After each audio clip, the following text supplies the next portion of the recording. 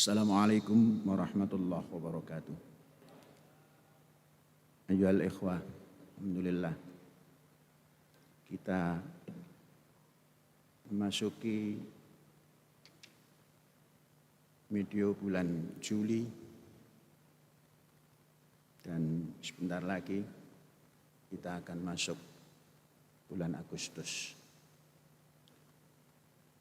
Pada Jumat ini coba dibuka Quran surat 39 ayat 73.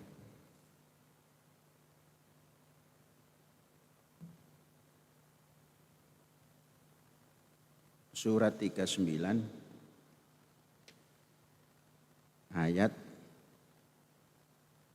73. Sudah buka semua?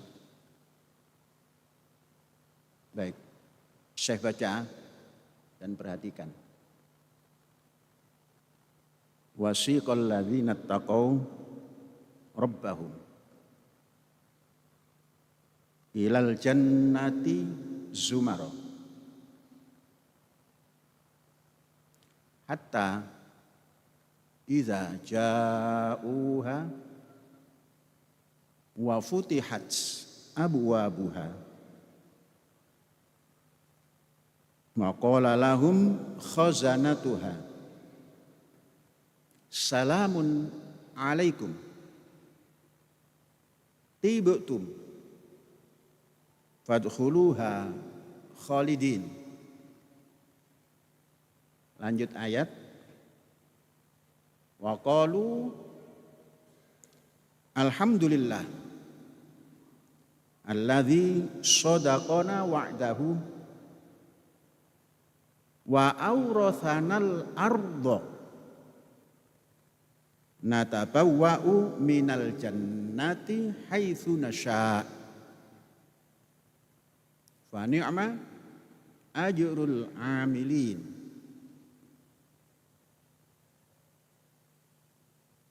Anak-anakku, para santri dan saudara-saudara sekalian, selama ini kita pahami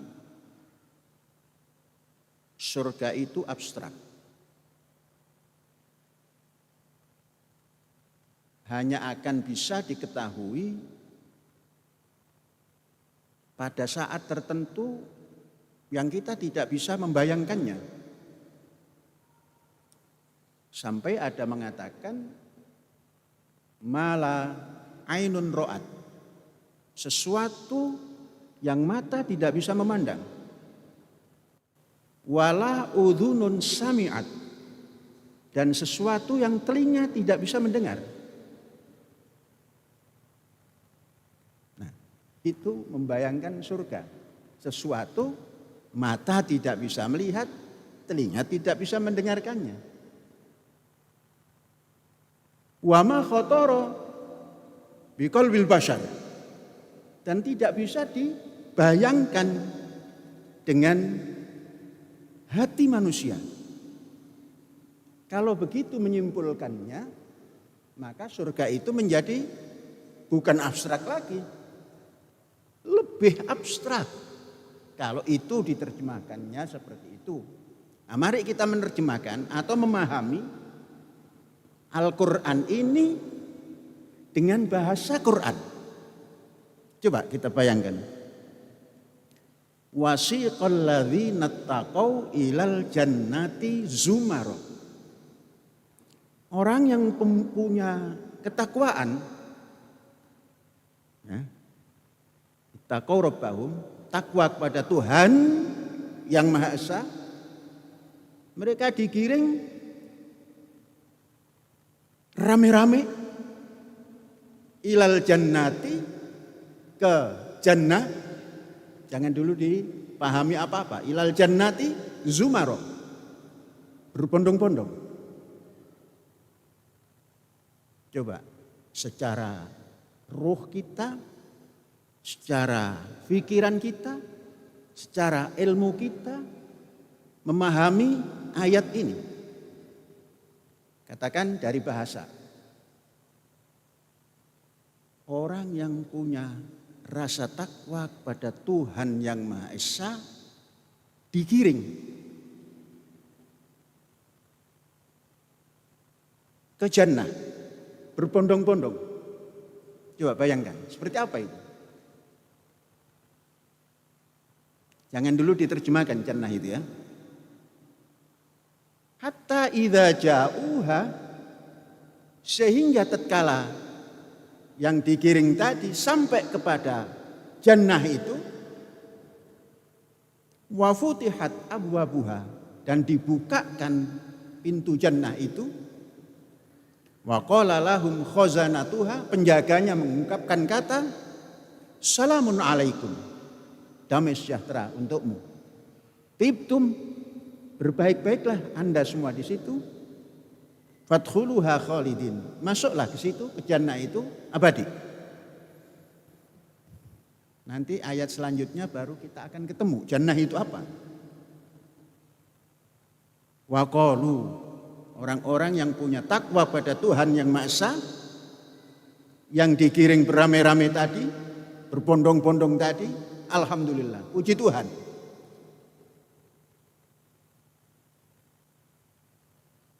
Puji Tuhan, alhamdulillah. Alladzi shadaqana wa'dahu, yang telah menepati apa janjinya kepada kita. Wa aurasanal ardo, dan kami diwariskan bumi.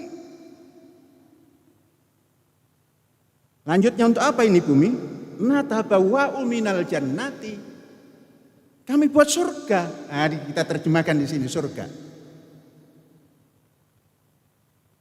Haitsu nasya, bagaimana kemauan kami. Yang sudah digiring tadi, yang sudah suruh masuk tadi. Fa ni'ma ajrul amilin, memang begitu indahnya orang yang mau kerja. Nah, mari kita, Quran ini kan untuk petunjuk hidup. Jangan sampai kita membicarakan surga, Al-Quran membicarakan surga, tapi kita tidak tahu surga. Siapa orang-orang yang ittaqaw rabbahum itu?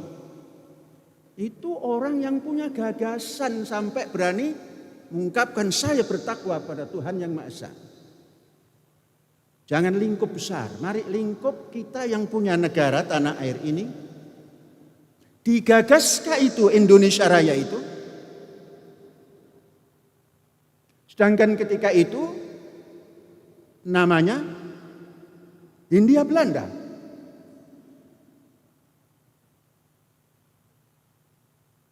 Siapa penggagasnya?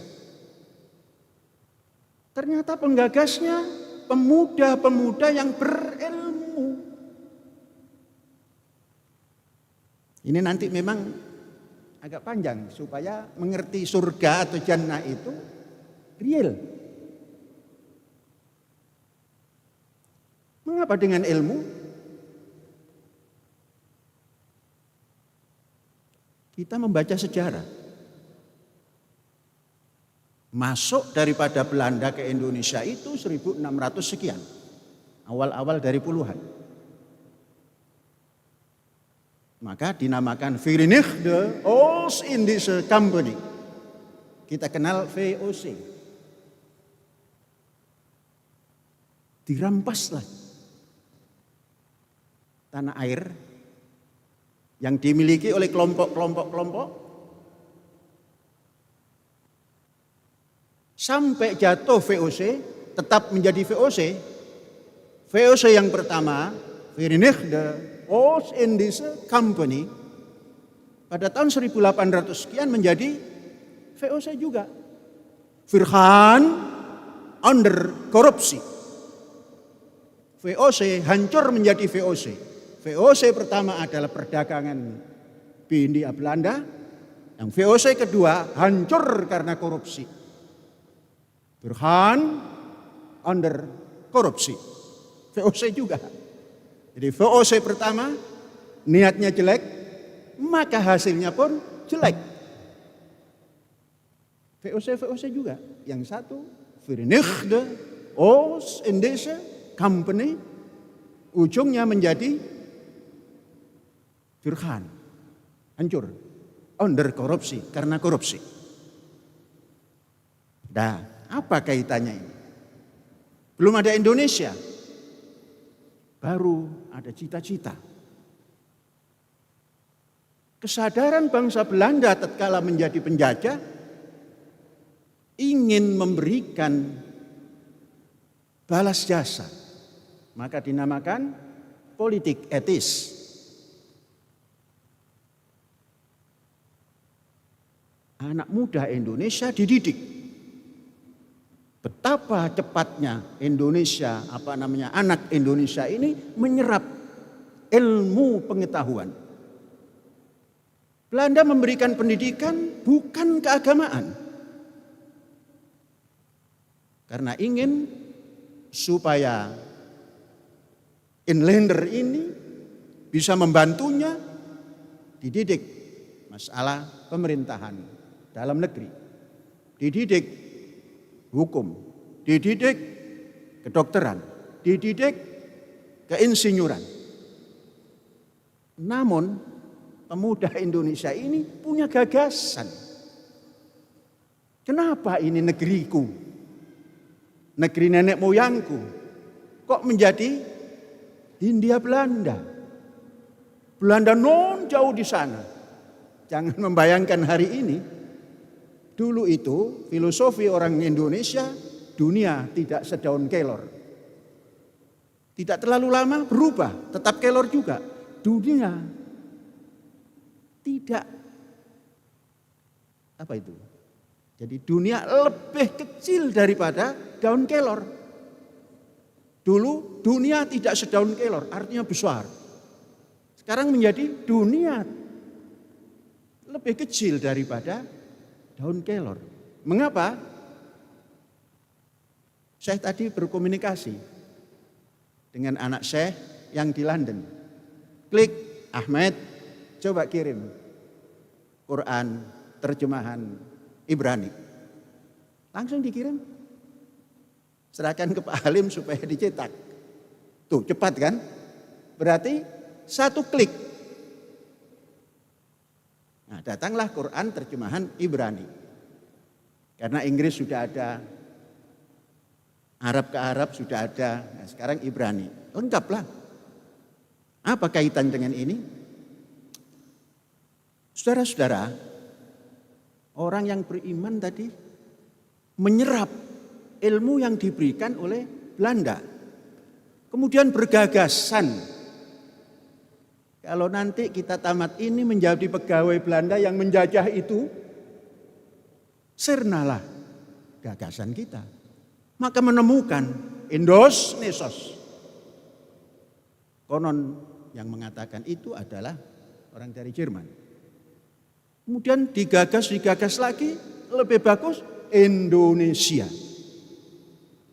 Maka berkumandanglah pada tahun-tahun awal Bung Karno mendirikan Partai Nasionalis Indonesia. Juga orang-orang dari paham komunis mendirikan Partai Komunis Indonesia. Namun belum meng-Indonesia. Datanglah gagasan-gagasan pada tahun 28. Para pemuda berkumpul. Melepas semua identitas keagamaannya, tapi menginginkan satu tempat. Barangkali itu yang mereka katakan surga. Maka dibuatlah satu statement, satu nusa, satu bangsa, satu bahasa, Indonesia. Ini yang akan ditempati oleh orang beriman. Beriman semua. Yang menggagas konsep satu nusa, satu bangsa, satu bahasa Indonesia, itu orang beriman semua. Dengan berbagai agama di dalamnya. Untuk mendirikan tempat yang dijanjikan oleh yang ilahi bahwa siapa yang beriman akan diberikan tempat. Digiringlah semuanya ilal jannati zumaro. Berbondong-bondong meyakini bahwa satu nusa, satu bangsa, satu bahasa. Diberikanlah syair supaya dibaca. Seperti apa Indonesia itu?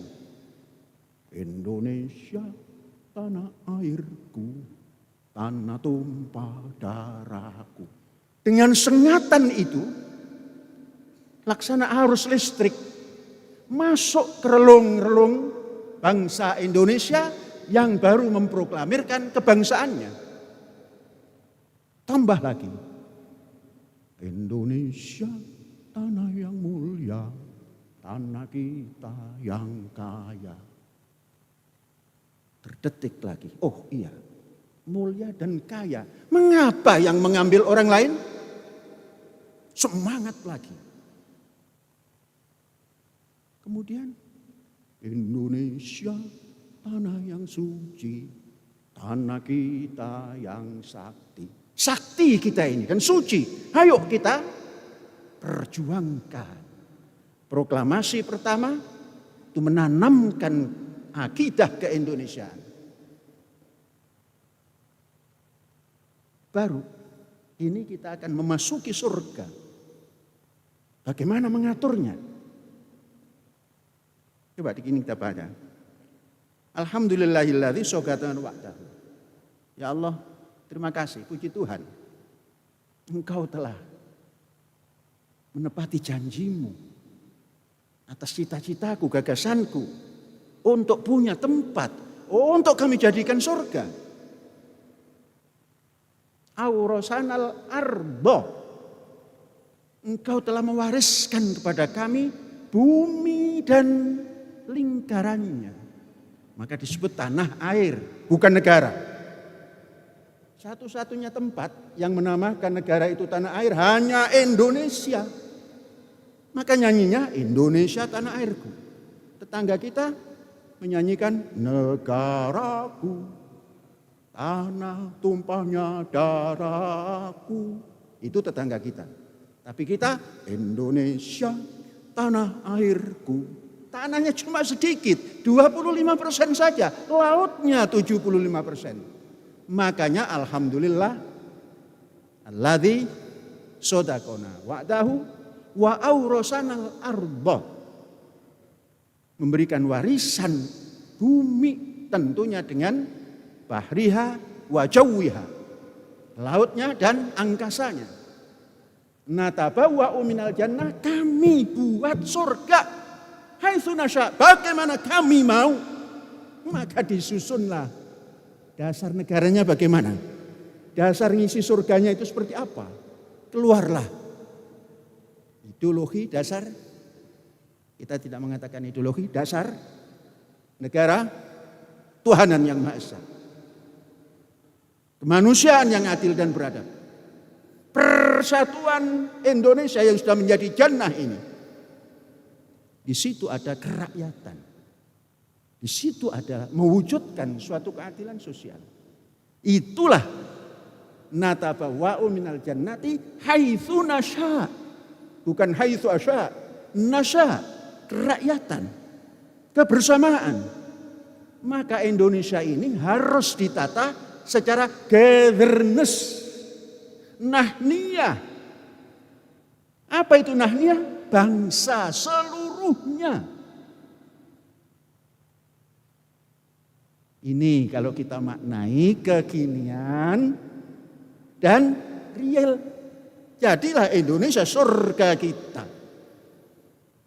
Tentunya karena lahir di hidup ini ada surga, tidak bakalan kita diserongkan ke neraka. Lah kalau kita tidak buat surga ini, Indonesia sebagai surga, jangan-jangan nanti menjadi serong ke neraka. Maka doanya Robbana, duh Gusti, berikan kami seluruh bangsa Indonesia di dunia hasanah, di muka bumi ini baik. Wafil akhirah hasanah, la hasanah. Kalau kita terjemahkan dengan bahasa kekiwarian, Program jangka pendek baik, program jangka panjang baik. Sehingga Indonesia ini dari Merauke sampai ke Sabang, berdiri pulau-pulau, sambung menyambung menjadi satu, maka terjadilah Indonesia abadi. Boleh tepuk tangan di masjid itu enggak apa-apa. Jangan takut. Kalau setuju, kalau tidak setuju tepuk tangan pun boleh. Masjid ini, nah ini keluar sedikit ya. Orang agak takut. Coba, apa masjid itu? La masjidun ussisa alat taqwa. Masjid ini didirikan hanya untuk bertakwa kepada Tuhan yang Maha Esa. Fihi rijal. Di dalamnya ada patriot. Yuhibbun ayatatoharu. Yang selalu ingin bersih. Bersih roh, bersih fikir, bersih ilmu. Kita lanjutkan lagi. Bangsa Indonesia sudah punya surga yang baik. Maka kita tata Indonesia ini, ikuti apa yang ada di dasarnya itu. Ikuti perkembangan dari dasar itu menjadi undang-undang dasar. Undang-undang dasar itu tidak permanen. Suatu saat kalau kira-kira ini kok nyeleweng, daripada kerakyatan yang dipimpin oleh hikmat kebijaksanaan, duduklah wakil-wakil kita. Ini kok agak nyeleweng ya? Kok teori ekonomi akan dibuat satu kurikulum yang namanya ekonomi syariah dari perguruan tinggi sampai sekolah dasar. Nah, nanti Dewan Perwakilan Rakyat dan Majelis Permusyawaratan Rakyat, loh, ini kan kerakyatan yang dipimpin oleh hikmat kebijaksanaan. Lama ngapa ekonominya kok ekonomi syariat? Syariat siapa? Kan bertanya nanti. Tidak mungkin itu syariat Abu Jahal, tidak mungkin. Keluarlah syariat dengan identitas. Hubrah. Kalau kerakyatan yang dipimpin hikmat kebijaksanaan, konsep ekonomi Indonesia, ekonomi kerakyatan yang dijabarkan dengan kooperasi. Yang intinya siapa yang kaya harus tampil secara perwira. Siapa yang miskin jangan arogan untuk menggarong. Nah, itu konsep ekonomi kerakyatan. Politiknya juga begitu. Lah kalau terlalu bebas namun tidak aktif, bagaimana itu? Bebas aktif itu ada, tapi kalau politik menata negara ini jangan bebas tidak aktif. Nah, itu politik. Kita ini lembaga karismatik, tapi gagasannya bisa nerobos. Nah, sudah itu saja kan? Maka kita memilih untuk menerjemahkan surga supaya abadi itu lembaga pendidikan.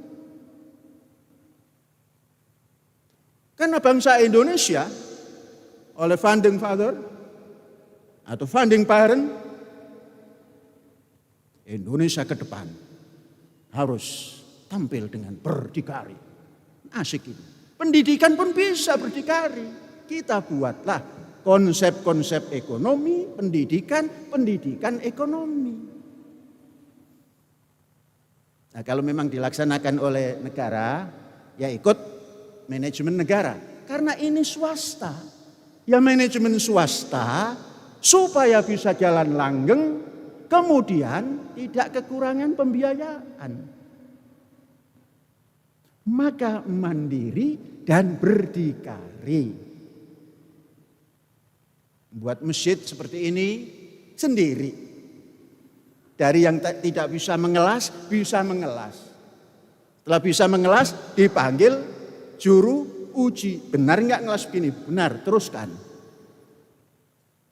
Kalau kita menunggu orang asing untuk membuat seperti ini, asing lagi yang menguntungkan. yang diuntungkan. Mandiri. Dana mandiri. Saudara-saudara, orang mandiri dan orang berdikari itu banyak rongrongannya. Saudara tahu, pasti tahulah. Rekening kita diblokir. Jangan takut. Pasti dikembalikan. Mengapa? Karena ini negara Pancasila.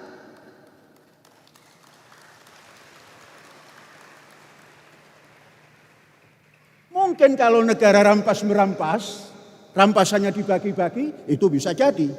Tapi ini negara Pancasila, Mas. Indonesia Raya, Mas. Untuk mendidik kok diblokir. Pikiran yang sehat itu mesti pelan-pelan diumumkan oleh lembaga yang mestinya melindungi. Saudara jangan takut, saya bertanggung jawab. Jangan pernah takut. Kalian bisa makan. Saya punya cara.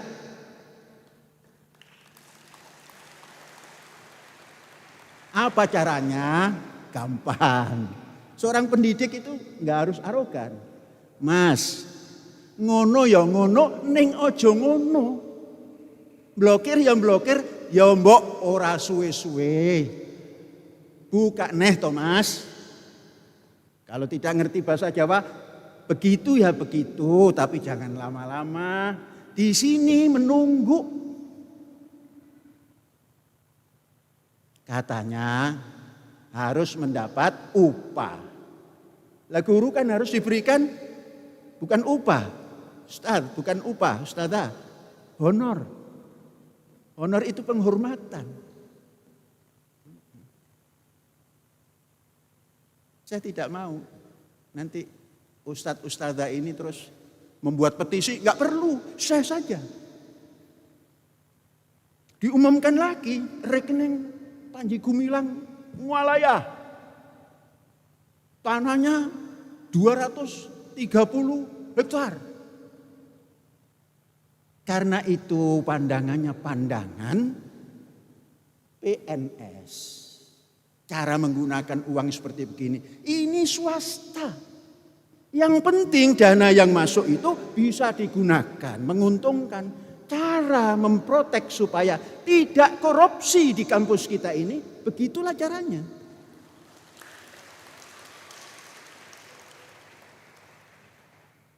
Triliunan. Tapi tidak ada korupsi. Kalau di PNS sana, kita sudah tentram habis Sambo selesai. Terus ada lagi selesai. Bludak.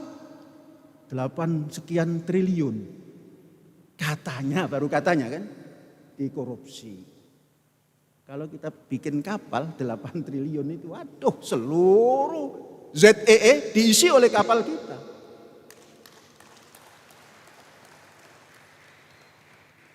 Lah ini dana pendidikan bukan dapat korupsi.